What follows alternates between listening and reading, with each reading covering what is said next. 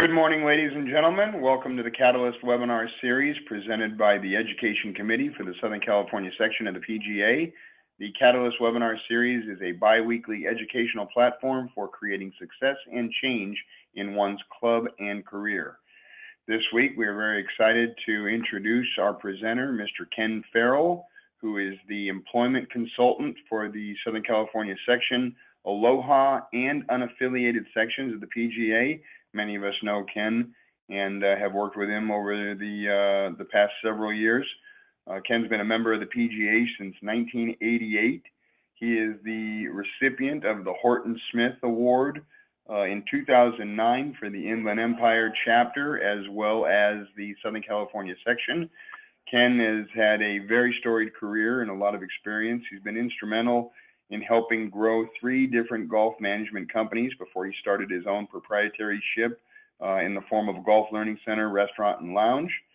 And very grateful for him to be setting aside some time today for us to present on the Catalyst. Ken, good morning. Welcome. Good morning, John, and good morning to everybody. I appreciate all of you being on the webinar today, as well as the time that I've spent with many of you. It's never stated enough. Thanks for all of that you do in our section for the game. Employment right now is healthy because of you and because of all the hours that you put in and helping grow the game and making your facilities or your businesses succeed. So again, I always appreciate you and appreciate working with you. You know, the purpose of today that I put down, one was to provide you some information that includes what tools and resources are available to you to succeed. And then the next would be just to answer some questions that you might have. Some of the questions might include, am I positioning myself correctly for my dream job? And I'll talk a little bit about your dream job or your career-ending job. Are you going along that path, and are you doing everything that you need to do to get there? The next would be, am I succeeding currently with what I'm doing? Am I moving forward in my career to prepare for that ultimate career job? Your dream job is really, or your career is a stepping stone to the dream job, and I like to draw boxes up on a board and show that there's generally 4, 5, 6 boxes that we fill in as jobs to ultimately get to the top. And it's hard to see the top position sometimes from maybe some of the lower boxes, but as you jump up to some of the other higher boxes in your career, you start to get closer and closer to that dream job with your experience and your skill set, and you realize, hey, I can do this, I can get there, and with just a couple of things that I think will put you over the top, when an employer is ready to interview for that position, then you have all the skill set and all the abilities and everything in line to get that position. And one of the great privileges of this job is actually sitting in with committees and watching PGA professionals interview in those interviews. And so I learn as much, certainly as much or more, if not everybody else. But what I do is I take what I see back, and then I kind of put it down on paper and kind of organize it so I can share with PGA professionals what people have done to succeed, what people may have done maybe not to seal a job, and what they might do better. So we've actually changed our title, and I think it's probably the 3rd or 4th change. We keep going back and forth from career counselor to employment consultant, and we just recently changed it back to career counselor again. And the reason is because we really want to focus more on one-on-one attention with you, helping you design your career. I'm going to give you a little bit of my experience on what happened to me, which kind of enabled me to do some of the things that I was able to do. I went into this business probably not very smart, not really knowing what it is I should be doing, what I should even be searching for in my first position, and where that might not lead me. I did play golf for about 5 years, and to be honest with you, I had really no mentor. I took a couple of golf lessons. I had no mentor. I was able to play in Europe and a little bit in South America and a lot of different tours that were available for us to play here in America, but really with no mentoring or guidance. And while I had some success in some cases, I might play well one week and then play poorly the next week, or play a great round and then the next time play a poor round, and really not know why or understand why. And eventually, after 5 years, I realized it's time for me to look for a secure living, and so I need to go maybe into what my passion is, and that was the golf industry. I only knew golf. I've been in golf since 1984. It's the only industry I've ever been in, and I've had some successes along the way. Sometimes those were maybe out of luck, maybe fortunate opportunity, but I will go back and say that I think most of it was because my first job was at the right place with the right person for me. And that was actually with the aid of Mr. Tom Addis, who helped me take my resume and submitted it to somebody at the time. I think he was the employment chairman when he was on the PGA board, and he handed it to a person who handed it to a person. It got to Tom Sargent at Yorkville in the Country Club, and that's where I started my career. Tom was perfect for me. He was demanding. He was tough. His expectations were high. He got me into a lot of things that I never thought were even that important. He'd always come back from a PGA show and say, "Hey, Ferrell, guess what you're going to do?" And as a result of that, he really pushed me to do some things that maybe were needed that weren't being filled. One of the things was back in 1984 or 5, we started the Apprentice Association. And that was started simply because there were certain events that we couldn't play in as assistants. So we started this little group. Well, as it turned out, Tom came back from the PGA board. He was on the board at the time and said, "Hey, you're going to be sitting on the board as the liaison between the PGA board, the PGA member, and the Apprentice Association." So I started it with a friend. And really what it did for me, most importantly, is it gave me the networking with all the people that were on the PGA board. And to this day, I still continue to gain fruits out of that. And those were people like Andy Tooney and Perry Dickey, Tom Addis, Pat Riley. It's just some great people that I was around that I continued to get mentored from throughout my career. So those were things that were really important to me and helped me maybe accomplish and move forward in my career. So I'm going to share some of that with you.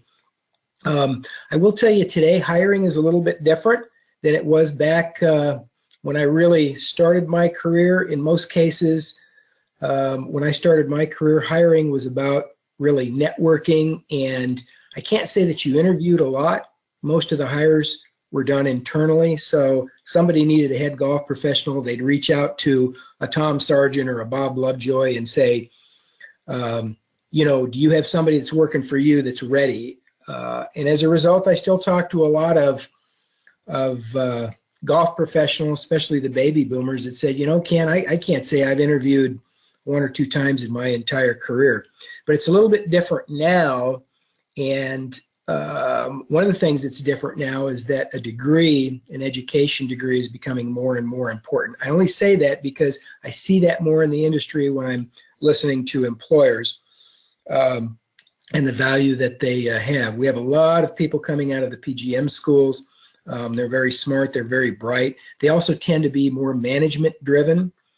Their business skills are exceptional. And we'll talk a little bit about traditional skills versus maybe new market or business skills as well. So with the fact that now it's more of a situation where you need to be prepared with your skill set, your education, your experience, and going into an interview, you're now matched probably against somewhere between 8 to 12 candidates generally for a great job, providing you were selected, and you were selected based upon the skill set that you put down on paper. That's difficult because that's on paper. They don't understand really who you are as a person necessarily. They don't get an opportunity to speak with you up front to know your personality. So your resume and your hiring documents need to be put together. We have all kinds of tools and resources for that. I'll show you what a couple of those are if you haven't seen them before. So the bottom line is if you take a look at your career, no matter where you're at, whether you're starting out or whether you're in your third position looking for a career-ending position, doesn't matter what your age is, you're looking for a specific job probably. You have a goal of a dream job. And I'll give you an example. We've posted the position of head golf professional at Mesa Verde Country Club. Tom Sargent is retiring. And they will in January bring on a new golf professional. That's a great position at a great club, and that could be one of those dream jobs that people have aspired in their career to reach, but it requires certain skill sets, abilities, experience, networking. There's a whole host of things that have to come along with those that will be selected to interview, that the committee will select, as well as to get you to the position where you're chosen over somebody else. And I just finished with Indian Ridge not too long ago, went through that process with them, and just finished with, let's see, Tradition Golf Club, not too long ago, a few other clubs that were really potential jobs where you could hang your hat and say, I don't need to go anywhere else. This is the one that I really wanted. And learned a lot through watching, again, PGA professionals interview, as well as what employers are really looking for out of their candidates. There's certain things that they are looking for, and it just doesn't include the fact that you're a great traditional golf professional. There's a lot of other things that are included there. And the reason is because when you're going after your dream job, you're going to go into a pool of some very talented PGA professionals. And most likely, many of those professionals could do that job and do it successfully. So how were you chosen versus somebody else? So here are some things that I believe are absolutely critical in designing your career as you move up the ladder toward your dream job. Obviously, the first is experience and the skill set that you have. And I have a little formatted document that we're going to look at today, and then also send you to really look at your experience and skill set and say, am I moving forward every day? Am I getting better every day? Because that's really what you need to do, is to push yourself, if somebody else isn't doing that, to get better every day, to certify yourself in areas that you're not familiar with, to gain additional knowledge that maybe you don't have. And maybe that's budgeting and finance, that you're not a numbers person, but you can't use the excuse, well, I never was really involved in that. You could have gone out and gotten that experience somewhere, and an employer wants to know that you have it. So those are some of the new skills that employers are looking for.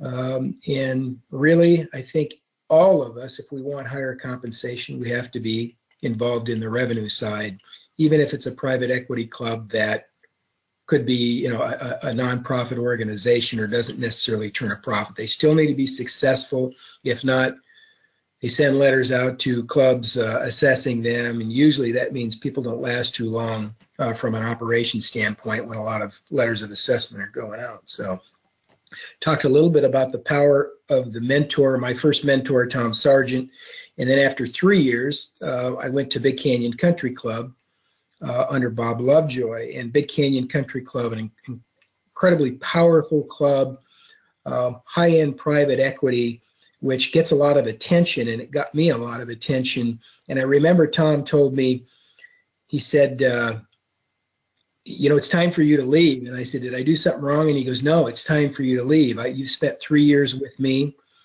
I've given you everything I've got. I think you need to hear something different. I think you need to move on to a club with great power, where you can really promote yourself and work under another great golf professional. And Bob Lovejoy was completely different in his methods with Tom, a different personality.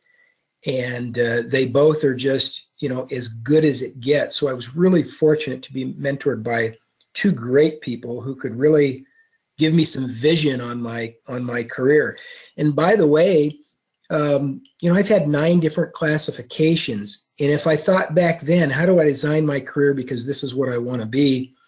I kind of look back at that now, and I think the reason I had so many classifications was simply because the opportunity kept presenting itself. So Tom and Bob helped put me in a position where opportunities kept coming to me. In fact, from Big Canyon Country Club, that led to me opening up Tustin Ranch Golf Course. And after the first month being the head professional, I became the general manager, which is something I never intended to do. But the opportunity presented itself. My employer, who was Jim Colbert, the tour player, had the management company, came to me and said, Ken, we want you to be the general manager. I remember asking him, well, Jim, what does the general manager do? And he goes, he makes $25,000 more. And I said, I'll take it. And so that opened up a whole new world, management, because it included food and beverages. It included heavy emphasis on revenue, driving revenue and marketing and promotion and financials and geez, I found myself on the street meeting with hotels and general managers and sales teams of hotels. And those were things that I didn't have experience in, but what a valuable experience it gave me. And those are some of the things now that I share with others. And I was also able to meet some great people along the way. So experience and skill set, power of your mentor, power of the business. And another example would be at La Jolla Country Club, we put out a posting, and I was involved with the committee to help hire somebody. And there was a gentleman who submitted his resume from Augusta National. He was the senior assistant at Augusta National. They received the resume, and you can just imagine that they looked and said, wow, while he doesn't have head professional experience, he's the senior assistant at Augusta National Golf Club. We want to talk to this guy. That was an example of the power of the business. Big Canyon had a lot of power. For me, I remember a posting came out and it said, only current head golf professionals can apply to this business. And I remember looking at Bob and said, it was Glendora Country Club. They were looking for a head professional. And I said, Bob, this says assistant professionals don't apply. And he said, you know what? All they can do is say no. Go ahead and send it. And lo and behold, they interviewed 5 people. I was one of the 5 people that they chose. And I think that was the reason was because, one, they knew I was being mentored under Bob. And the second thing, and I came from Big Canyon Country Club. Unfortunately, it took me about 3 minutes to unqualify myself because I just absolutely wasn't prepared for the interview room. But I learned some things from that, and that afforded me, future opportunities too. This was the next item was the thing that Tom taught me that was so important, and that was networking and promoting ourselves. By nature, I think PGA professionals aren't terrific at promoting themselves. And the reason is, by nature, we're humble people, and we don't go out and share our accolades and say, look what I did. But that really is what the resume is for, and that's what it needs to be. It needs to state accomplishments. It needs to show your accomplishments. They don't want to see what your job description is. They know what your job description is when you say you're a head professional, an assistant professional, a general manager. They want to know what you accomplished at that job. So when you put your resume together, and if you work with me on resumes, you'll always hear me say, what did you do to improve that club and improve the people around you? That's what needs to be down on paper. That's what impresses them. So, but the networking, service to your industry, there's a lot of different ways to do that. And really, the one great thing about that is that it helps promote you and get people to know who you are. And in my case, when I started the Apprentice Association and sat sat with the PGA board, that's how I met Bob Lovejoy. And I think at that time when Bob was looking for an assistant, I was the only one that was interviewed. There was 2 reasons. One, Bob knew me from the Apprentice Association. The second thing is he was friends with Tom Sargent, and Tom said you should talk with this person. So your networking and your service to the chapter and the section, I think, is one of the great ways for you to really promote yourself. And employers want to hear, what did you do outside of your job as well to serve your industry, to serve your community? So ability to sell yourself and your accomplishments, we need to continually be able to do that. So here's a career ladder. This is a slide we have that we show, and it's kind of a career ladder. And these were the boxes or the steps that I was talking about. The top left, in order to be a regional director, the steps might be assistant professional, head professional, director of golf, regional director. Take a look at the next slot on the right, assistant professional, assistant general manager, regional manager. At the bottom, assistant professional, teacher, club fitter, director of instruction, and then owner of a golf center. But in some way, shape, or form, that's kind of how your career looks. You start from one level and you move that job from one to the next to the next. When I'm working with people and they say, Ken, this job, I'm interested in this position, but it doesn't quite pay the compensation that I want right now. And I say, well, on a priority level of 1 to 10, my personal opinion is compensation is probably down there at about number 7 or 8 or 9, unless you have kids to feed or something like that. And the reason I say that is because, to me, the first thing is where will this position lead you to? Because ultimately you're trying to get to that dream job. Does this fit in and fill one of those boxes, if you're not there yet, to get you to that dream job? And I remember I used to tell people, I used to teach at the golf college, and I used to tell students, and they used to have an opportunity to go interview with several professionals. I said, if you can work for a Tom Sargent or a Bob Lovejoy, go sleep on the beach if you have to. Get a sleeping bag and sleep on the beach. Don't worry about what they're going to pay you. They will pay you a fair wage, but to be able to work for those two people at those types of clubs, what that's going to do for your career is going to be substantial. And by the way, that's just not at the assistant professional level. That could be at an assistant general manager level, a general manager level, or any level for that matter, who it is you work for and what place that you come from has a great impact on your career.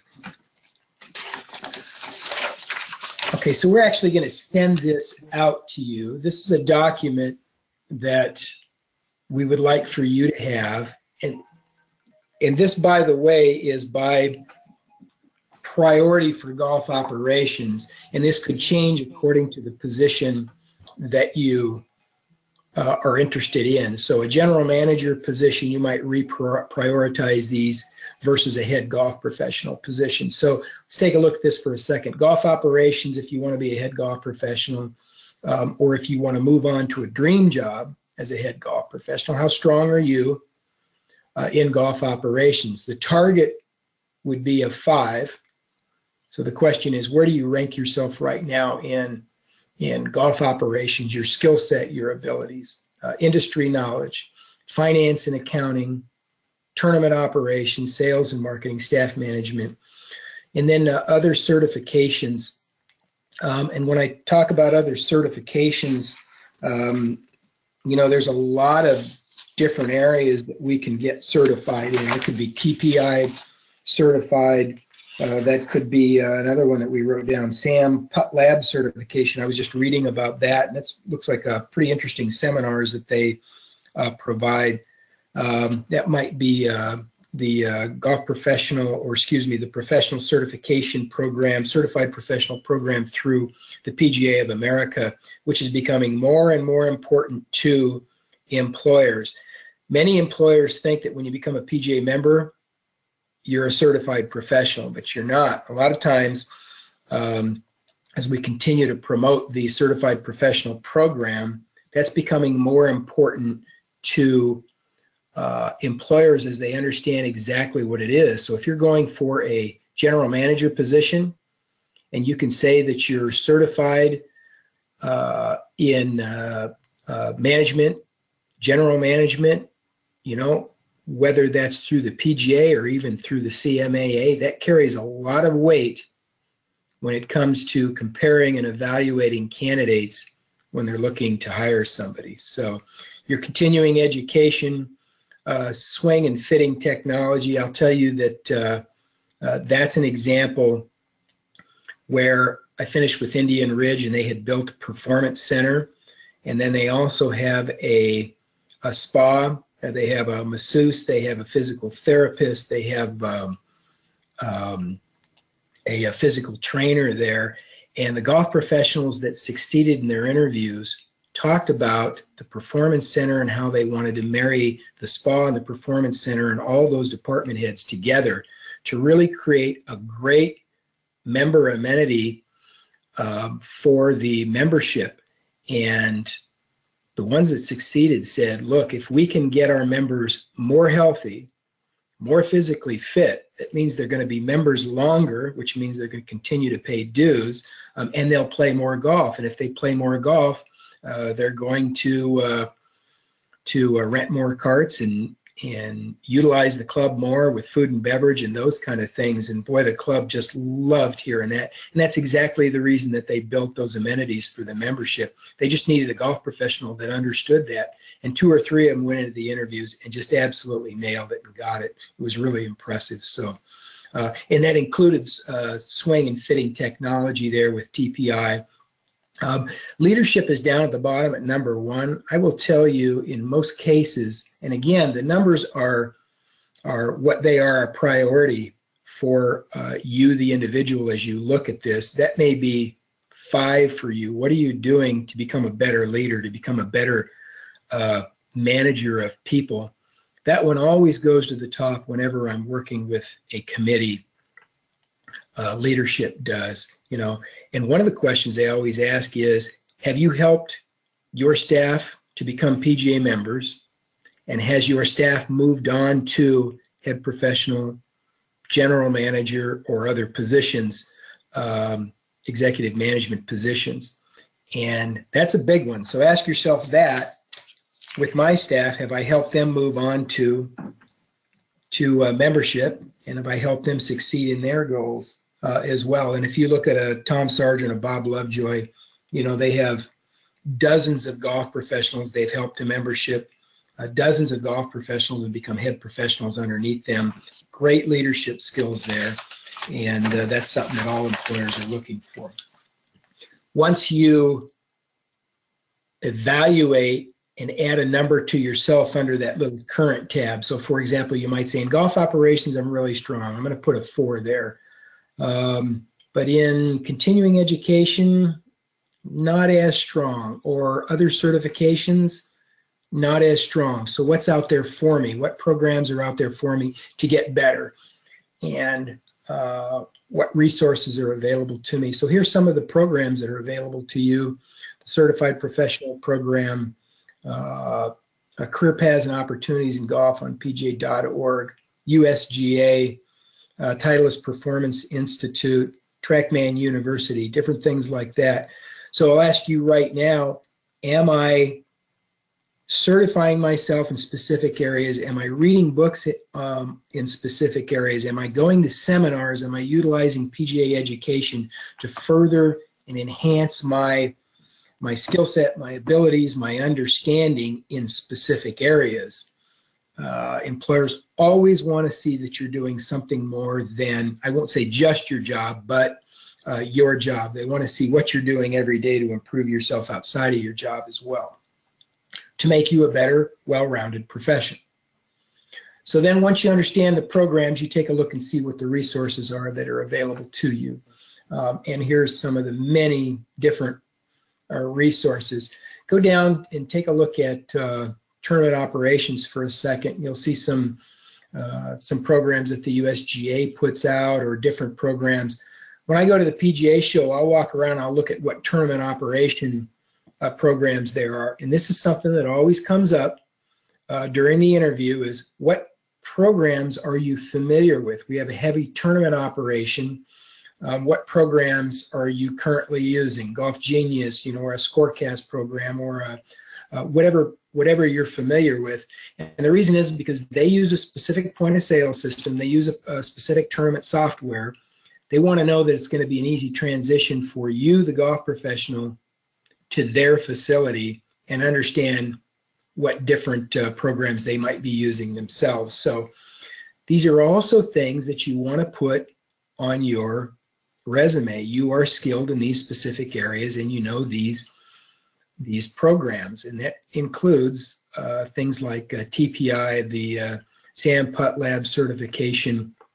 You can highlight those things in your resume, and these are the things that stand out that qualify you for a position and make an employer want to meet with you. So, okay, so we're going to send you those last 3 pages, and we're then going to send you this quick little survey.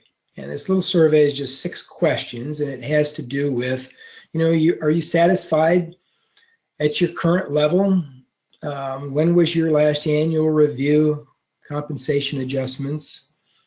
Are you utilizing PGA of America section resources? What are your professional goals? What's your ultimate career goal? And then have you applied for your career goal yet? Or are you still preparing for that? What I would like for you to do is, once we send this to you, please put your name on the top of it. It's going to come in the form of a PDF format. If you would, you can save it. You can fill in the boxes. Even though it's a PDF, it'll allow you to fill in the boxes, and then you'll have to print it or put your name on it and then send it back to me. And then what I'd like to do is follow up with you, whether it be immediate, whether you reach out to me or whether I reach out to you, to where we can actually sit down and we can go over your career and your career steps, and then take a look at the last slides here and see if you are designing your career for your ultimate dream job. And that's, so this is a program and a format to do that. And so again, this will be sent to you, and we'll ask you to send it back to me. Remember what I am. I'm just a resource for you to really help you design your career, maybe give you some information on what direction you might go. I'm a resource for resumes, career laddering, in interview process, and I'll show you an article I wrote here in a moment that came straight out of listening to these committees interview PGA professionals and watching people succeed or watching people actually fail in interviews, and why not. Because I always have a lot of people say, I'm sending a resume and I'm not getting interviews. That's one thing. The next is, I'm getting interviews, but I'm not getting to the final stage. Or the next one is, I'm getting to the final stage, but I'm not clinching the deal. I keep coming in second, and I don't understand why. So that's kind of what this is all about, is to really help you, be the person that's offered your career job. And sometimes that changes. In my case, 9 classifications. I never thought about being a general manager. The opportunity presented itself to me. And I do talk to a lot of golf professionals who get general manager opportunities presented to them, and the compensation is significant. And they look at it and they say, well, you know what? I really don't have a food and beverage background, or I don't have a real strong financial background to be a GM, and I just never really thought of it. Good golf professionals, opportunities will be presented to them continuously. I promise you. So while you may not even think, well, I won't prepare myself for food and beverage because I don't ever see myself going that direction. Let's say that you're a head golf professional and your general manager leaves, and your club comes to you and says, we would like for you to be the interim general manager while we search for a new one. And I've heard that happen several times, and you really haven't prepared yourself for management It's going to be a difficult transition for you. And you may find out, boy, I really like this. And you know what? I want this position. That's kind of what happened to me is I enjoy numbers. And when my employer came to me and said, we want you to be the general manager, I said, boy, I have a lot to learn. And I let him know I have a lot to learn to be a good general manager. But I want the challenge and I enjoy the numbers. So I want this position, and I was able to get that position and higher compensation. So, okay, so what's next after we kind of determine what direction we have to go to get that dream job? It really comes down to kind of 4 key areas. That's preparing your documents for that job. And that includes resume, cover letter, your portfolio. How many of you have walked into an interview with a portfolio? And how many of you walked into an interview without a portfolio? Interestingly enough, at some of these higher end jobs where I sit with the committee and listen to the interviews, only about 20-25% of the professionals are coming in with a very solid portfolio. And that portfolio really is a tool for you to really sell yourself on why they should hire you. And it just makes a big impression when you do. So that's the preparing document side. Knowing the business or facility, you really need to do your investigation when you go into an opportunity. One of the questions they're going to ask you is, why do you want this job? And if you say something like more pay, it's going to pay me more money, or right now I'm unemployed and I need a job, those are probably not good answers. I remember somebody in one of the platinum jobs I worked with, they looked at the committee and said, I designed my whole career for this job. When it came up, I couldn't believe it. And I was so excited to send my documents and to be in front of you because this is where I want to be. Boy, the committee right away said, you know what, we're interested in this person. So first and second interviews, and then follow up and negotiation. I think some of the funnest parts of my job is when a person, I help people maybe get to the finish, and then we get into the negotiation side. They got the job, and now they're saying, Ken, here's what they're offering. Can you help me understand this, and can you help me actually improve this? And so we actually work together to improve their compensation with that employer. And that, for me, is a lot of fun because I know my job is not just professional, it's actually personal. You know, the compensation that you're provided by your employer goes home and pays your mortgage and feeds your kids, and it's a privilege for me to be a part of that in a small way. But by the same token, it's a real important thing for all of us as professionals to be able to negotiate and put yourself in a position for future negotiations or future increases in compensation as well. I'll give you an example. I was offered the opportunity to be the head golf professional at Dove Canyon Country Club in my career, which I accepted. And the position started out at $65,000. This was back in the 90s. And when I left that position was $115,000. So there was $50,000 there that were available that I was able to find. And I did that through bonuses. I did that through teaching. I did that through camps. I did that through revenue generation, where I went to the employer and said, look, I'd like to create this program, but I'd like a piece of it. It was a win-win for everybody. That was an additional $65,000. That is, by the way, one of the reasons I say when you look at compensation on employment postings, keep in mind one thing, that they're starting at a specific area, but you can help yourself move up from that range considerably if you negotiate and set this up correctly. So I can help you with that. So those are all the areas that I work with PGA professionals. Once you and I have maybe had an opportunity to either talk by phone or to meet maybe at the section office, some of these things. These are some things that I can help you with, and that's what a career counselor does now. So our resources for you: PGA of America Job Hunters Toolkit. If you haven't read this, it's on pga.org. Just type in Job Hunters Toolkit. If you go to pga.org, you can't find anything, hit the search button and type it in. It's the best way. It's hard to kind of work your way around that sometimes and find things. But these are some of the things that are available to you. Interviewing tips and questions. By the way, when somebody reaches out to me and says, I want to put a career links posting together, they say, what questions should I be asking? I send them these questions. So if you really read these questions and know them, and then maybe reach out to me and say, can I have an interview? What should I expect? You should have a pretty good idea of what's coming before you.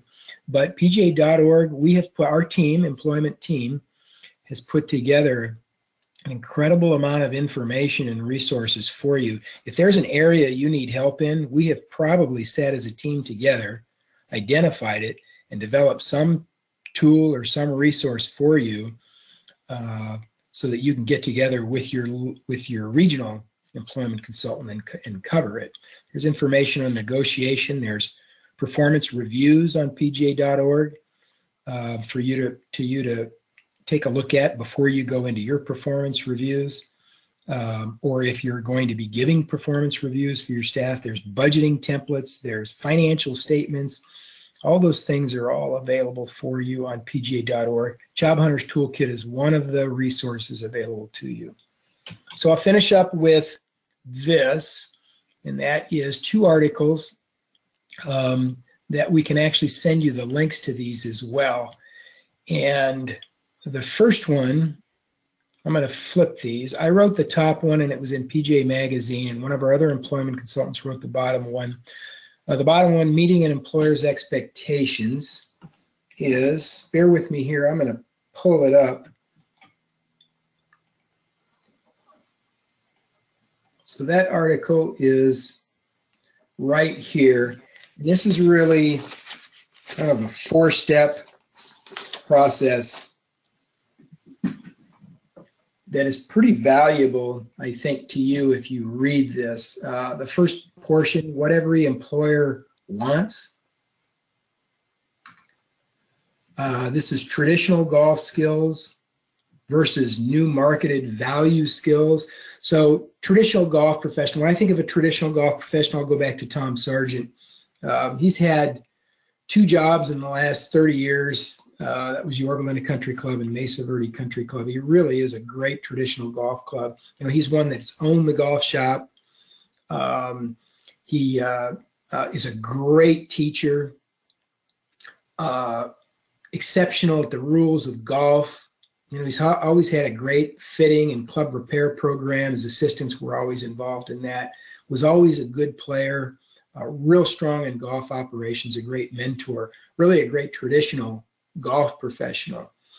And there's so many great traditional golf professionals. They tend to be some of the baby boomers. And the reason I say that is because a lot of the education and what employers want now are more the new marketed value skills. So a person like Tom would then have to move a little bit from traditional golf skills and improve himself in areas such as really driving rounds and revenues. And that could be, you know, player development programs. That's the reason we've designed the player development department in the PGA, was to help you drive revenue and rounds. And we're fortunate we have Nikki Gatch to be able to help that. If you have not used Nikki yet, you should. She's an incredible wealth of knowledge. She goes from facility to facility. So imagine what she knows when she goes around and looks at different programs, what's succeeding, what's not succeeding. Really how to market, membership recruitment and retention. The section is phenomenal at providing education in areas of new market valued skills. And I'll tell you, Robin Shelton and John being involved, you know, the education is just exceptional. I say that over and over and over and over. At one time I was the education chair along with Scott Wilson for this section. I thought we were really good, and what under Robin's leadership is going on is just exceptional. So, but here's many other things: team building, personal development, different things like that. Then it goes into strategies to succeed, and then some additional information. And then there's one other resource for you. The Career Fitness Manual is another thing to prepare yourself, and it includes some of the things that we're talking about right now. I wrote an article, I think, in April, and this was straight out of the interviews that I was observing with these high-end jobs.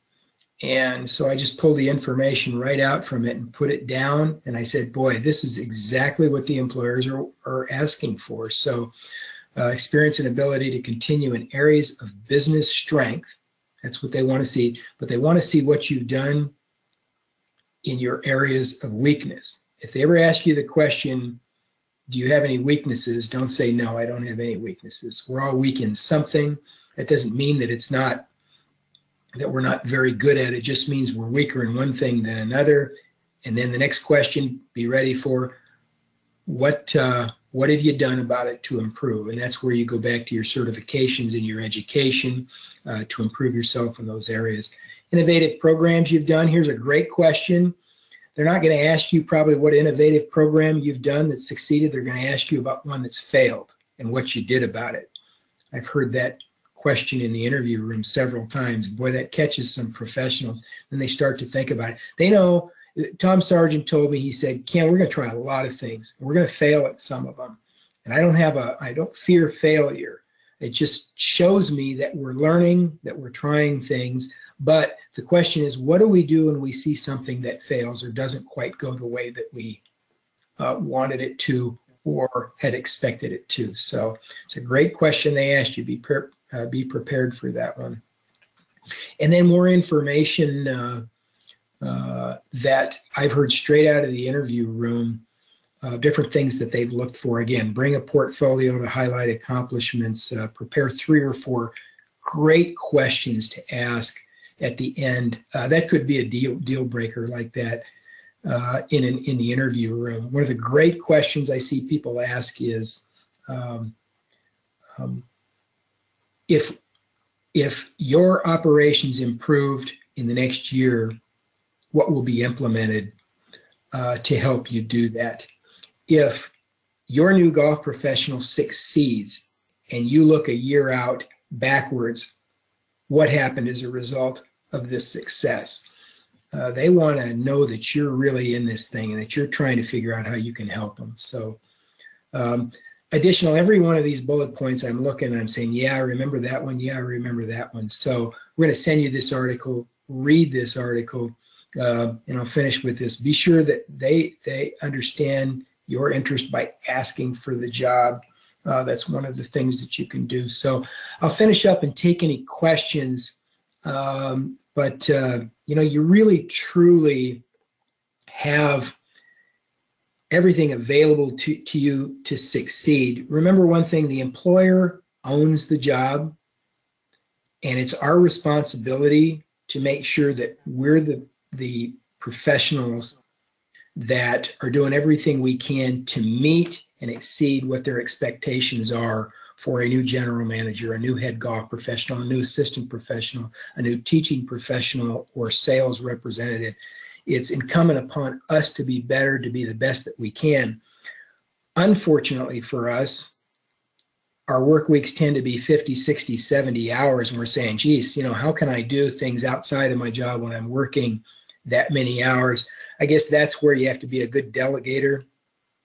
Move some of those responsibilities over to your staff so that you can continue to improve yourself, not just them, but improve yourself as well. So, John, at this time, I'll go ahead and take any questions that some of our people might have. Thank you very much, Ken, for your presentation. Some questions that have come in.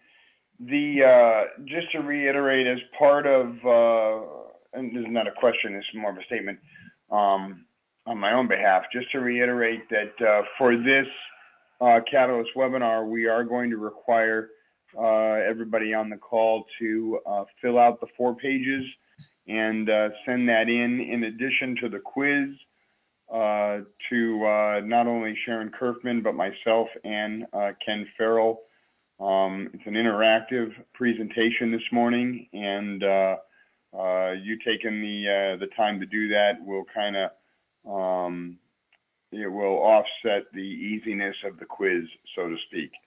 But I did have a question, Ken, if you can go a little further into the power of the mentoring process in terms of enriching your resume and your marketability. Can you revisit that, please, again? Yeah, I talk with a lot of people, and that's one of the first things I ask them. Are you being mentored? You know, do you have somebody that's really working to help you outline the things that you need to do to succeed outside of your job? I mean, you're getting, you know, hopefully you're getting mentoring to do your current job, but are they really mentoring you outside of your job? And in my case, you know, as I mentioned with Tom and Bob, I had 2 of the best, and they were very successful, and they shared how they achieved the things they did with me, and then they really outlined for me steps to success so that I had some direction and that they were measurable for me. You know, like I say, Tom would come back and he would just challenge me. I mean, Tom's a tough guy, a demanding guy, and he was, like I say, he was just perfect for me because his expectations were high. And with that, he would outline things for me to achieve, and it was pretty simple. You know, he said, Ferrell, you're either going to do them or you're not going to do them. You're either going to be a better golf professional or you're not. And I can remember getting job opportunities because of it. People would come into the shop. It might be in sales. It might be in even members providing me opportunities. He'd look for me and said, hey, I heard John offered you a job. What are you going to do? And I said, I just look at him and say, I'm going to be the best golf professional I can be. You know, my goal was to set out to be a head professional. I'm not going to do anything until I become a head professional and I find out if that's truly what it is that I want. As it turned out, that kind of moved into a general manager position, which later moved to me being able to own my own facility, which was really a great opportunity. But if you're not getting somebody that's pushing you continually, but also helping you outline how to get there, then I would encourage you to reach out to me and I will help you as well. The information we're going to send you, you know, John mentioned 4 pages. I think what we'll do is we'll send the last pages because it combines the previous 2 pages together. And we'll put the whole thing on 1 page for you, and then we'll put that little survey. So we'll send you those 2 pages. That whole thing was put together so we can outline a career format for you, and that you can actually look at the steps and check off the boxes and say, yes, I'm TPI certified now. Yes, I've gone through the CPP program. Yes, I've done this. Yes, I've done that.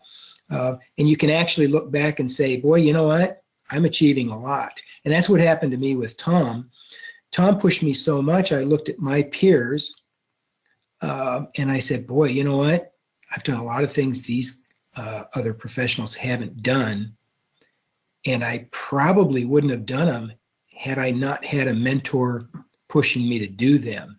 You know, the question is, those things that you're doing, are they enhancing your career, and are they designed to get you to that dream job? So that's the kind of mentoring that helped me, and that's the kind of mentoring that professionals, many that are probably listening right now, reach out to me for, is they're really designing your career. So again, if you don't feel like you're getting that, reach out to me.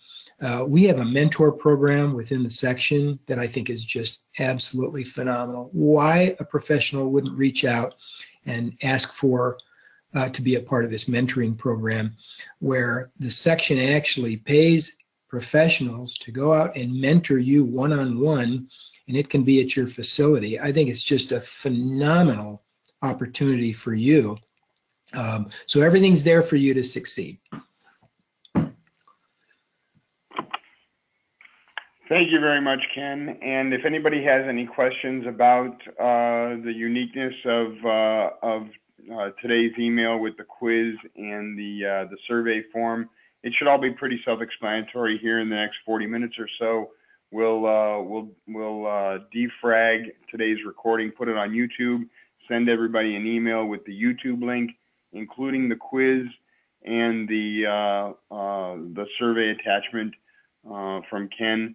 So take the quiz and fill out the survey and return that to the three of us, Ken Ferrell at pgahq.com, Sharon Kerfman, S. Kerfman at pgahq.com, or myself here, Jay Kulo at montereycc.com. Ken, thank you very, very much for your time and expertise today. If no other questions here, I want to thank you for your time and have a great day, everybody. Thanks, John. Thanks, everybody.